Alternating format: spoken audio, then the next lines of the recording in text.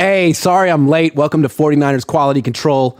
No all 49ers show today. Jose's like sleeping or something. Me, I'm just 6 minutes late. I was having a meeting with myself, trying to get in the mode to do a good job today because this is a really serious quality control. We just learned new information about Brock Purdy, and now the Niners have to reassess their entire offseason plans because they don't even know when Brock Purdy's going to have his surgery. You know, it's like, let's check again in 2 weeks type of deal. Not ready yet. Still waiting on the inflammation to go down. So I want to remind you real quick what Kyle Shanahan said a few weeks ago about the quarterback position. He was asked, I know this is a hypothetical, but when you say you were content with those two guys, Purdy and Lance, does that mean you would not be looking at signing a starter level veteran at all? This was the question. Kyle Shanahan responded, quote, I know we have two starters on our team right now that I believe we can win with. So when you have that situation, you're not that eager to go looking around. That's what Kyle Shanahan said just a couple of weeks ago. Well, I think it's time for him to get eager to go start looking around. Go look. Time to look. Because the Niners can't have this whole season depend on Brock returning. Because that's a hope and a prayer at this point. We don't know when he's coming back. It looks like best case scenario, he misses all of training camp and preseason. Let's say he has the surgery on March 7th. Well, that means best case scenario, he's back September 7th, which is like, a week before the season starts. And would he be ready to start week one after missing the entire offseason? Probably not. So the Niners have to be looking for a starting level quarterback because the Niners do technically have it's hard to say a team has a Super Bowl window before they're set at quarterback. But the Niners have so many expensive veterans on their team who are good, among the best of their position. And they're not going to be here in 2025 necessarily. I feel like the Niners have a 2-year window with this particular core.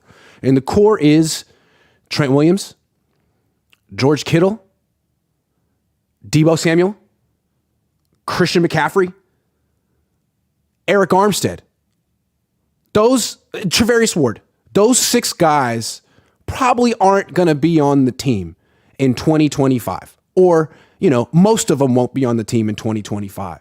So the Niners have invested a whole lot in these 6 players. They think they're among the best in the league, and they think that they give them a chance to win a Super Bowl. So do it now. They can't just be waiting on the quarterback position indefinitely and let those 6 guys totally waste away in their prime. So if Brock Purdy comes back, great. If Trey Lance takes the next step, great. I like Trey Lance, but the Niners haven't been able to keep him healthy. The way they use Trey Lance, he's gotten hurt twice in 4 games. And what's funny is they said Lance needs to prove that he can stay healthy which is weird, right? Like they don't play him at quarterback. They ran him 16 times against Arizona. He got hurt. And they ran him up the middle against Seattle. He got hurt. And it's almost like they're saying like, look, he's not ready. This is how we have to play him. Oh, he got hurt. Oh, it's on him. Like, it's almost like they don't want to do that project anymore. And then with Brock, they're like, oh, he's not injury prone at all. He just had a fluke injury. Well, whatever, however you want to think about it in your mind. He also got injured on his first start. I saw 2 injuries in 8 starts. But whatever you want to call it, you don't know when he's coming back. You don't know what he's going to be. Even though Kyle Shanahan can wish as much as he wants that Brock's going to be just fine. So how will the Niners proceed at quarterback going forward? They got to bring in a guy who can start next season. And you're thinking, is it Jimmy Garoppolo? I don't think they're going to re-sign Jimmy Garoppolo. That sounds like a breakup. I don't think Jimmy wants to come back. I don't think Kyle wants him back. I don't think the Niners are going to be offering much more than a 1-year deal, right? They'll offer someone a 1-year deal with incentives, probably with a very low base salary because the idea is you're the backup quarterback. This is Trey Lance's shot to start. He gets first crack at starting, and he's going to get all the first team reps. It's not a quarterback competition. You're just sort of waiting for your opportunity. So who fits that? Like, could the Niners afford Ryan Tannehill or Derek Carr or Daniel Jones? Probably not. We're looking for a 1-year contract with mostly incentives. A guy who's okay being number 2 in the depth chart to start the offseason. Who's that? I think there's 3 potential guys who are still on teams, but probably will get cut soon. And that's Jameis Winston, Marcus Mariota, and Mitchell Trubisky. These are all guys who have started, had success. They're good athletes with strong arms. They're a lot better than Nate Sudfeld or Josh Johnson or CJ Beathard or anyone else who knows the system. I don't want Kyle Shanahan to bring in some third string quarterback just because he knows the system. I mean, Kyle's a good teacher. He can teach it. Bring in the best quarterback available, because when asked, Kyle Shanahan said, hold on. Let me see. Did I lose it? Basically, he was asked, what kind of quarterback are you going to be looking for that you do bring in? And he just says, someone who fits the structure of our team and our salary cap, but the best one available. Okay, you can't tell me that those three aren't the best ones available at the price point. 1 year, $2 million with incentives. It's got to be one of those three guys, I'm thinking. Jameis Winston, Marcus Mariota, Mitchell Trubisky. I think I would rank them in that order. Now, Jameis Winston has thrown a lot of picks, but he also has thrown a lot of touchdown passes too. Matthew Stafford won a Super Bowl the same year he led the league in interceptions. I mean, I want a quarterback on this team that you think can throw 40 touchdowns in a season, because the last few guys who won a Super Bowl have each thrown 40 touchdowns in a season. You got to be really putting up points through the air. The interceptions don't matter that much unless you're throwing 30.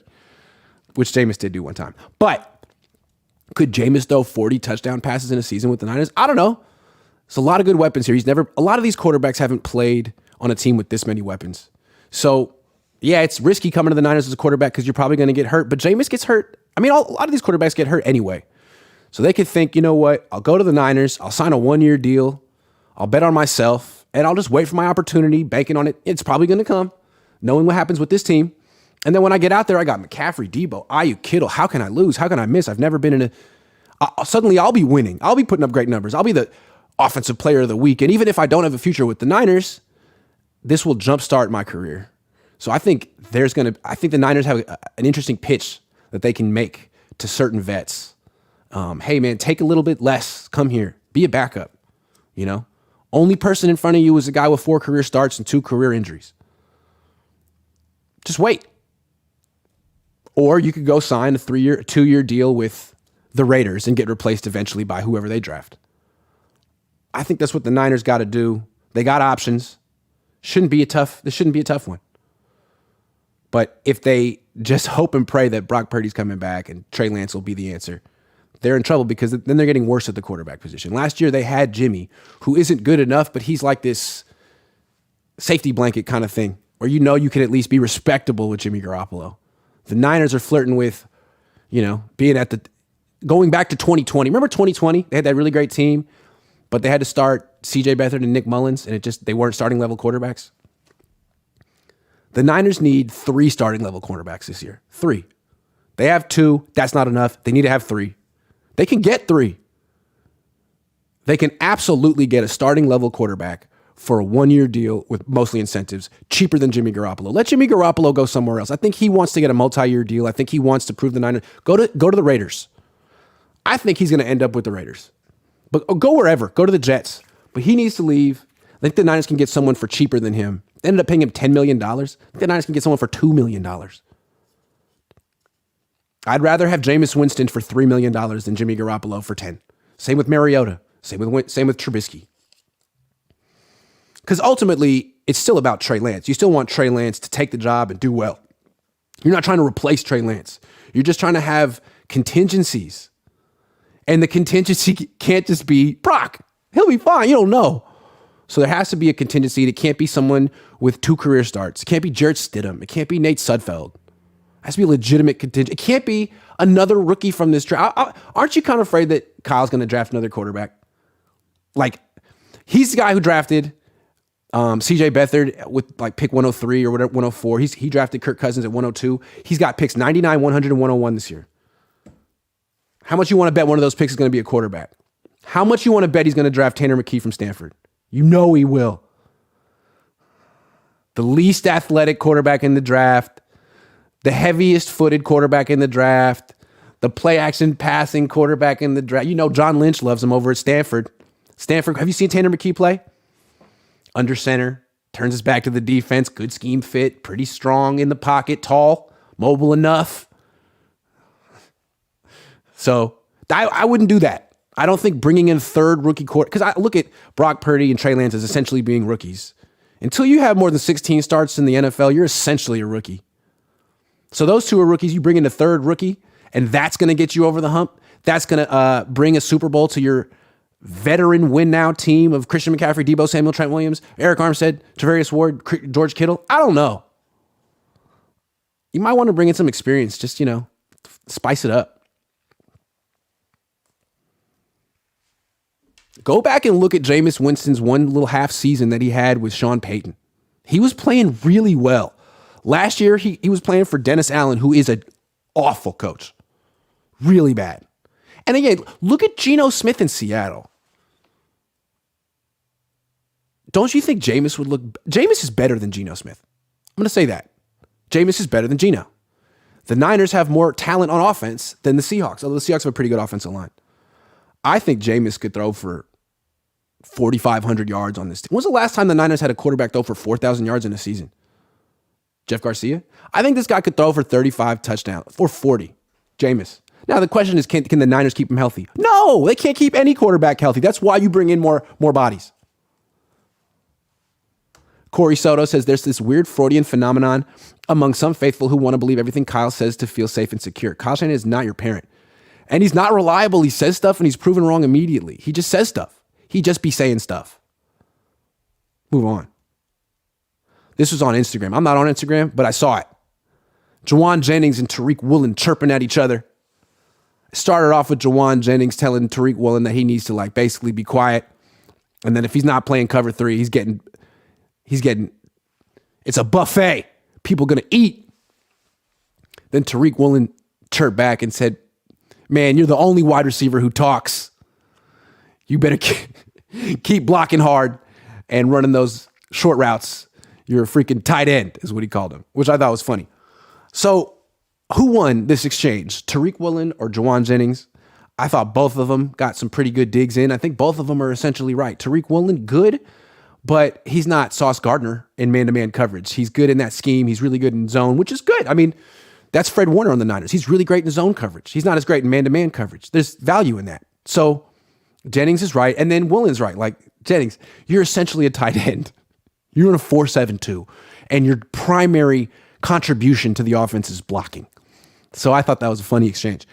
And I think it's nice to have that rivalry spark up again. Those are two of the better players on the team. Tariq Woolen's really good. Juwan Jennings doesn't get enough respect. So Tariq Woolen calling Jennings a tight end made me giggle. But then I was thinking, that's not even a diss. Juwan Jennings, if you think about it, is essentially like a 215-pound tight end. You know who he is? He's Jordan Reed. Remember Jordan Reed? He came to the Niners for that last season, and he was pretty much washed at that point. He never really got to flourish in the NFL because he had so many concussions, but he was really good. He was 6'3", 230 pounds, and he ran a 4.7. He wasn't an overwhelming athlete, but he was just a really good route runner, and he would catch a lot of first downs, and he would keep the chains moving, and he was really good. And he wasn't much of a blocker, so he was 235 pounds. He didn't move anyway. He wasn't really a blocker. He was a receiver that they called a tight end. He was a move tight end.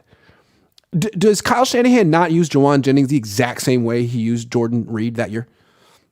Kind of floating around the line of scrimmage, blocking, and then catching those 10-yard passes. Where is he breaking in? Is he breaking out? I don't know. He's open. He's big.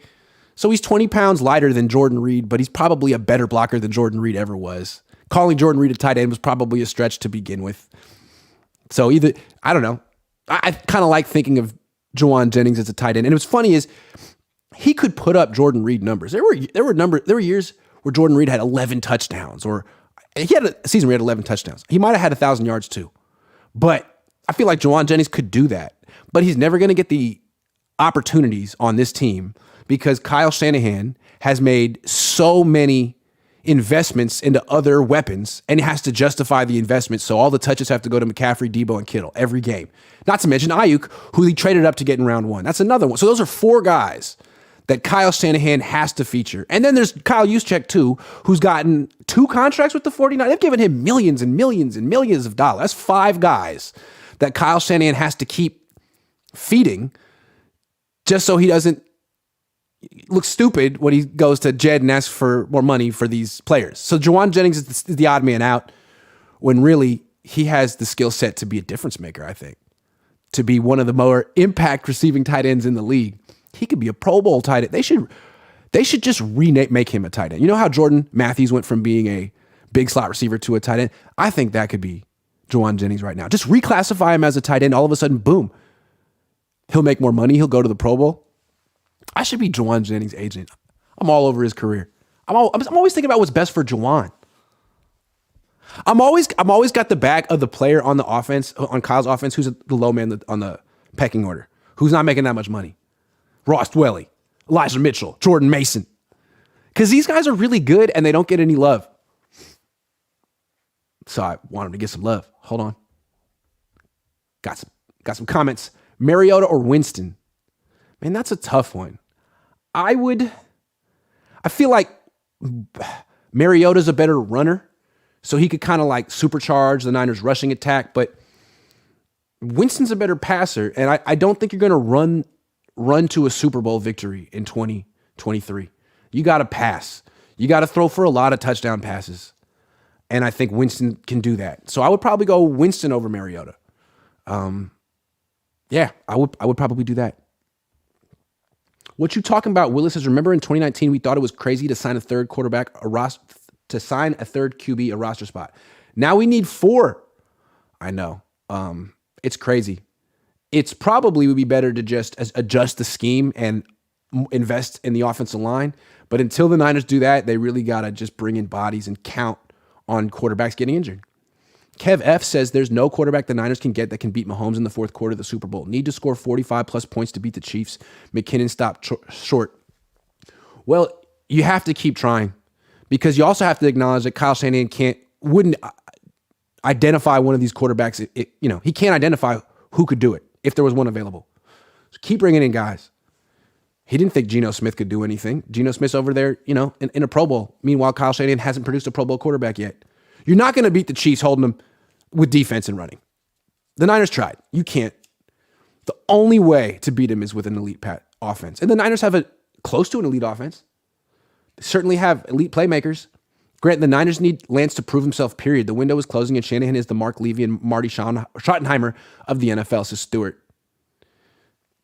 Yeah, man, these next 2 years are really crucial for Kyle. He's got to win a Super Bowl in the next 2 years, I would think. Otherwise, in 2025, this team's going to have to reload. Jason Lutt says, Taylor Lewin just got released. Could he be a right tackle option? 10-year pro, 9-time Pro Bowler who's mulling retirement. He could be an affordable short-term guy. I think he's going to retire. He could come here, but, Santa Clara, he probably probably not from here. I don't know. It's high taxes. How much are the Niners really going to pay him? He's older. Sure. But does he want to play right tackle? I don't know. We'll see. I doubt it happens. Let's talk teams who are on the Niners' heels in the NFC. Did I spell heels correctly? I don't know. So it's the Niners and the Eagles, obviously, at the top of the NFC. Those are the 2 best teams. Which teams possibly could join them as contenders? Last year, remember, the Eagles were just 9-8. So teams improve quickly. And the Niners haven't improved much the last 4 years. They've been very good the last 4 years, except for 2020 when they were injured. They've been kind of trying to keep their core together as much as possible. Haven't tried to add on much to it. There's always going to be teams adding. They're going to join the party. That was the Eagles last year. Is there anyone else that's going to be doing that this year? Well, there's the Cowboys. The Cowboys did give the Niners problems. And as long as they have Micah Parsons on a rookie deal, they're a problem. Micah Parsons is as good as any player on defense in the NFL. They're really good in the trenches, although their offensive tackles are really old. That's the thing with Dallas. Their offensive tackles are really old, and Dak is a problem. Dak is a real problem. He's not the same quarterback he was before the injuries. He turns the ball over too much. He loses games for them. So if they could, get some new offensive tackles and a new quarterback, and maybe another weapon on offense, I'd say, yeah, that's a team that's improving. But are they improving? Are they? Or are they kind of the same? Are they kind of stuck? I don't know about Dallas. I feel like they might fall back a little bit. Like, what's Tony Pollard going to be like after his injury? I don't know about Dallas. The two teams I'm looking at are, well, you got the Giants as well. The Giants are interesting, but who's their quarterback going to be? Are they going to give Daniel Jones $45 million a year just to keep continuity, or are they going to get rid of him and try to bring in someone else? Like, are they going to go after Jameis Winston or Mitchell Trubisky? So try to do something like that. Remember, Brian Daboll did coach Mitchell Trubisky for a season in Buffalo. So what are they going to do at quarterback? Who are their wide receivers going to be? Was that season just a flash in the pan? Like, that roster legitimately isn't good. So I'm curious to see what they can do to add. The two teams that I feel like are really in position to add and make a leap are Detroit and Seattle. Let's start with Detroit. Detroit finished the season on a tear. I think they lost two. They won a bunch of their last few games. I don't have them in front of me right now. They lost 2 games over the last couple of months, 3 months. What do they have? They have a really good offensive line. They have 3 first-round picks on their offensive line. 2 first-round picks at offensive tackle, Taylor Decker and Penei Sewell. And they got a first-round pick at center, Frank Ragnow. Really good. And then they got, I forget how to pronounce the guy's name, but Vaitai at one guard spot and another guard who's, anyway, they have a really good offensive line. That's a good start, not to mention a good running game, a good wide receiver in Amon-Ra St. Brown. And they have Jared Goff, who's obviously good, not great. Had a good season last year, but not great. On defense, they're awful. But they were 9-8 last year, just like the Eagles the year before. And they're good on offensive line. They have a really good offense. That's the thing about Detroit. They had the 5th rated offense in the league. What you need in the NFL is a great offense and a good defense. So all they have to do is improve their defense a little bit. And you can improve your defense very quickly in the NFL. What do they have in Detroit? They have Aiden Hutchinson on the D-line. They also have 2 first-round picks this year. So they're going to get another impact D-line player on a rookie deal. They already have Jeff Okudah, a young impact corner, and Kirby Joseph, who the Niners could have had, but they took Ty Davis Price instead. Safety rookie last year who had 4 picks. So that defense is young. Young defenses can improve very quickly. If that defense goes from awful to middle of the pack, they have an elite offense. Now, so let's just say they take the best D end available with their first round pick. With their second first round pick, number 18, they could take a quarterback. Let's say the Lions get Anthony Richardson. Now, they're kind of like the Niners. You know, they have their steady veteran quarterback, and they have this project who could be ready in a year or two. And he would Anthony Richardson, the thing about him is he is 235 pounds. He runs a 4.48. He might be a better running quarterback than Justin Fields. He might be the best running quarterback we've ever seen. He's going to be a better running quarterback than Trey Lance. So that's a team that's really poised to improve. 2 first-round picks. Another team that has 2 first-round picks is Seattle. And again, look at Seattle. Really good offensive line. They drafted 2 starting tackles last year. They're both really good. They have 2 good guards, Damian Lewis and Gabe Jackson, and a serviceable center.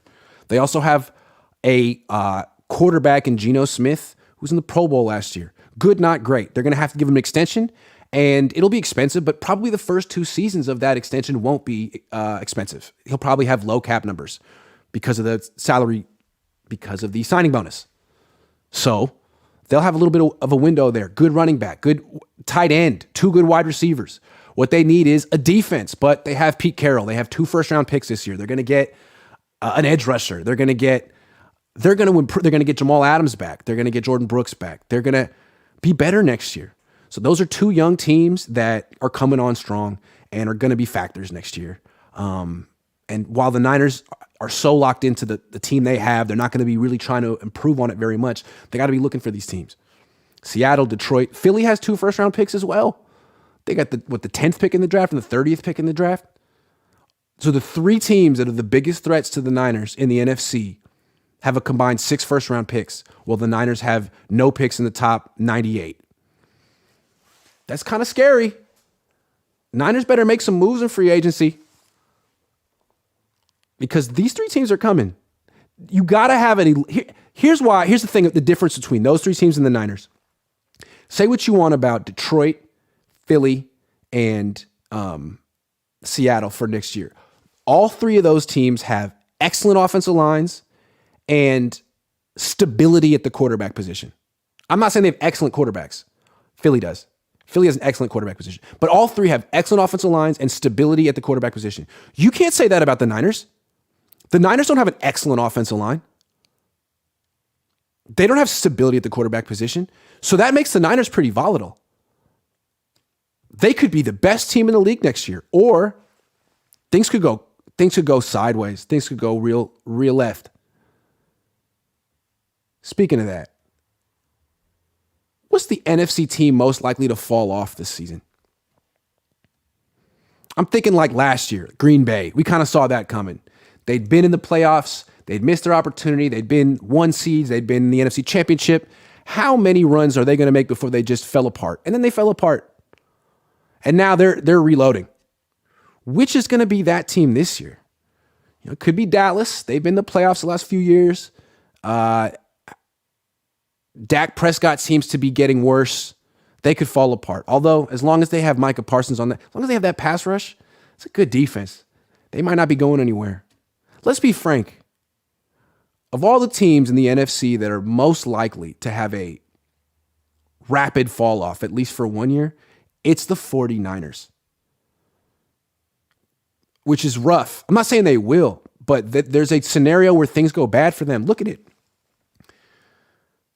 They're going to lose Jimmy Garoppolo and Mike McGlinchey most likely. And I don't think much of those players. But it's possible they leave and the Niners don't upgrade on either one. It's possible the Niners go into next season weaker on the offensive line and at the quarterback position than last season.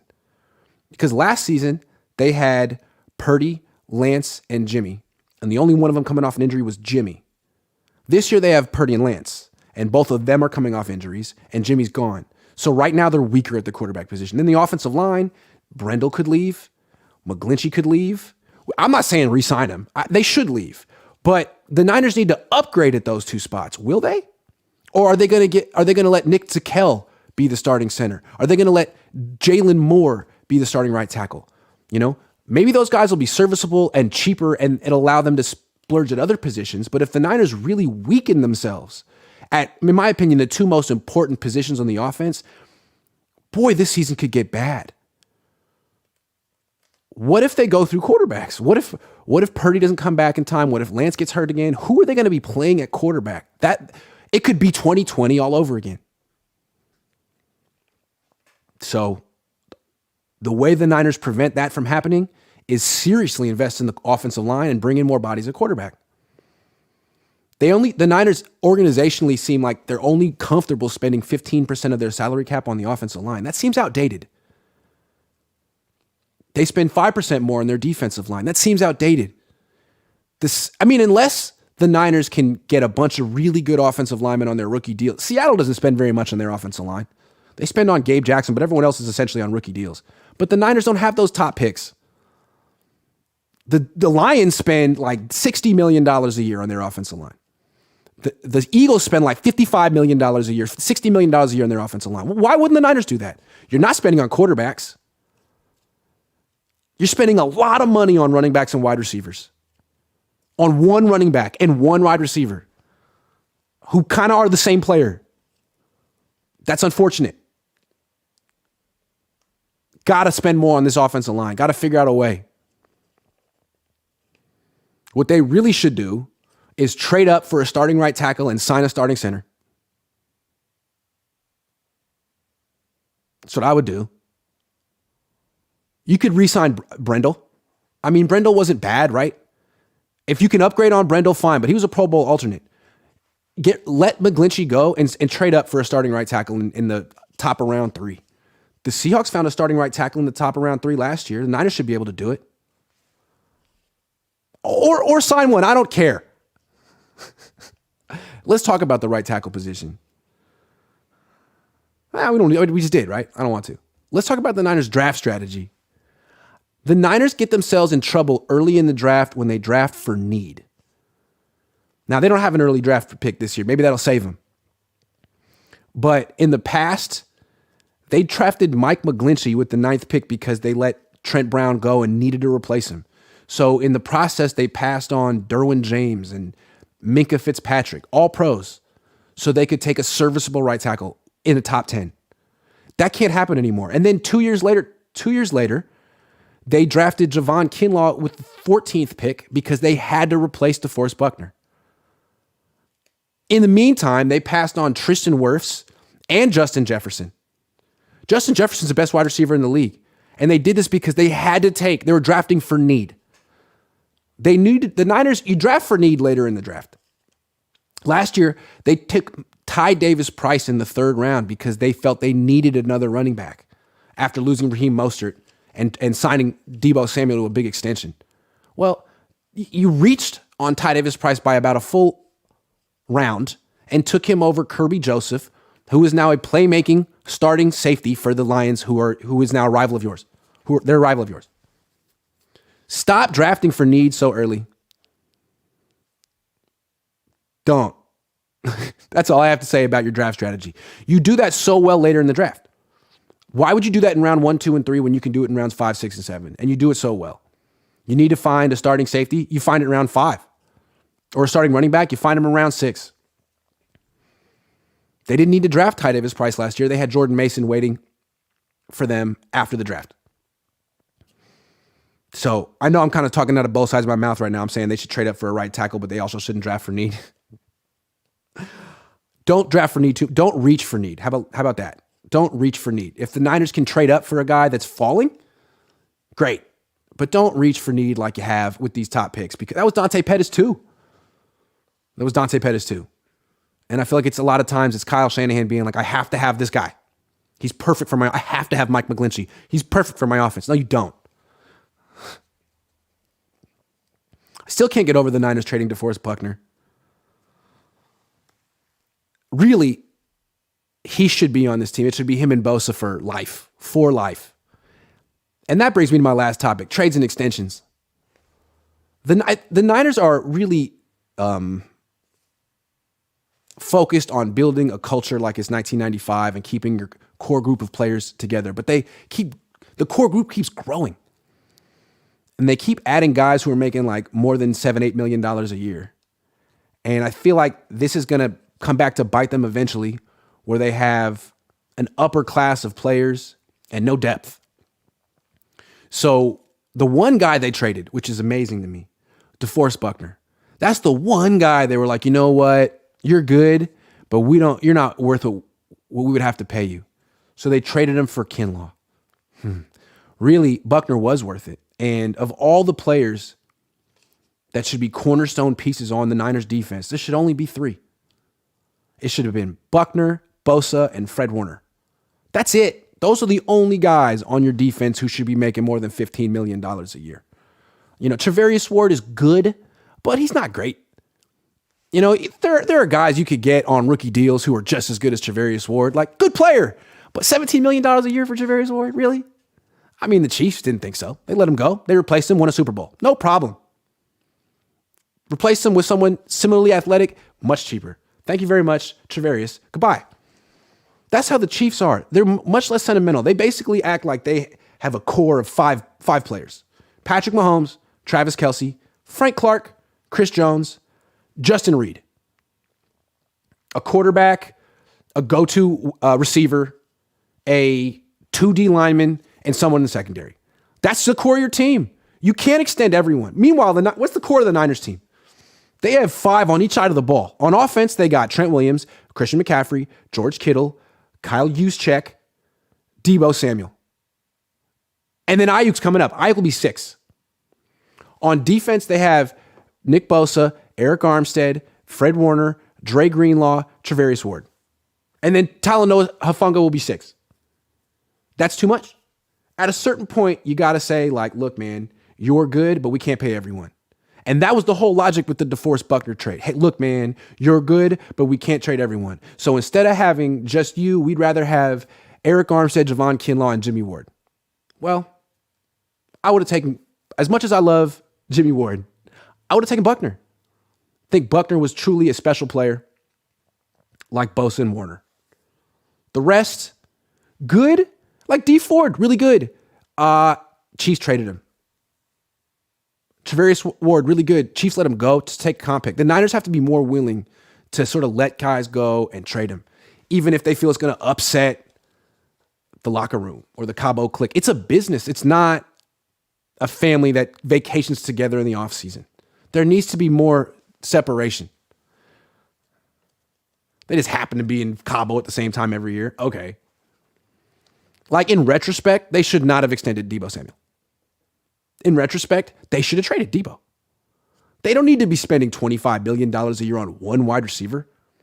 Wide receiver is a position where you need depth. You need 4 good wide receivers. You don't need one great one. Deebo isn't even one great one. He's a gadget guy making $25 million a year. You need 4 good ones. Look at Kansas City. They have 4 good ones, no great wide receivers. They have a great tight end. The Niners have a great tight end. They don't need to be spending for Deebo. He's redundant. Kittle and McCaffrey essentially do everything Deebo does. And the Niners are paying big money for him. He should have been traded. Kittle was a good extension. He's a tight end. Tight ends are criminally underpaid. That is crazy to me.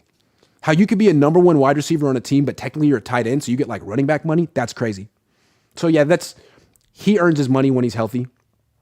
Trent Williams, best left tackle in the league. Nick Bosa, best edge rusher in the league. Fred Warner, best linebacker in the league. These guys are all worth it. Eric Armstead, they never should have extended Eric Armstead. They're giving him $20 million a year to be a run stuffer. He's not an impact player like that. That was a bad extension. Juszczyk's fine. He doesn't make that much money. Greenlaw's fine. He doesn't make that much money. But Travarius Ward, yeah. I mean, fine. But you couldn't have found a guy in a draft that good? He was undrafted. Like, you have Mose, I don't know. He's fine. But I still feel like you got to stop giving away big money contracts to guys who aren't super duper impact players. Super duper impact players are Buckner, Bosa, Warner, Trent Williams, Kittle. You know? Armstead, no. Deebo, he was for 1 year. He needed to prove it a second year. He's had 1 super duper impact season. I don't know if he'll ever have another one. McCaffrey at $12 million, I don't mind it. It's okay. Considering he's healthy and he's a pro's pro. You don't have to worry about him. But with all their spending at tight end at running back, they should be going cheap at wide receiver. They should have 4 wide receivers on their rookie deals who are good. That's what I think. So now they got to figure out what are they going to do with McGlinchey? Do they extend him? No. Stop being sentimental. No. Do you extend Emmanuel Mosley? Probably not. You'd like to, but you can't extend everyone. Trust in your ability to draft and develop these players. You're like the best team in the league at it. No one is better at taking day 3 picks and making them impact players. So why are you so sentimental about players that you've developed? Have confidence that you can do it again. No one develops linebackers better than the Niners. No one develops running backs better than the Niners. Kyle Shanahan is a wide receiver guru. Or is he? I don't know. Seemed like last year, the genius Kyle Shanahan was struggling. And the solution was trade 1 million picks for Christian McCaffrey, who is good. I don't know.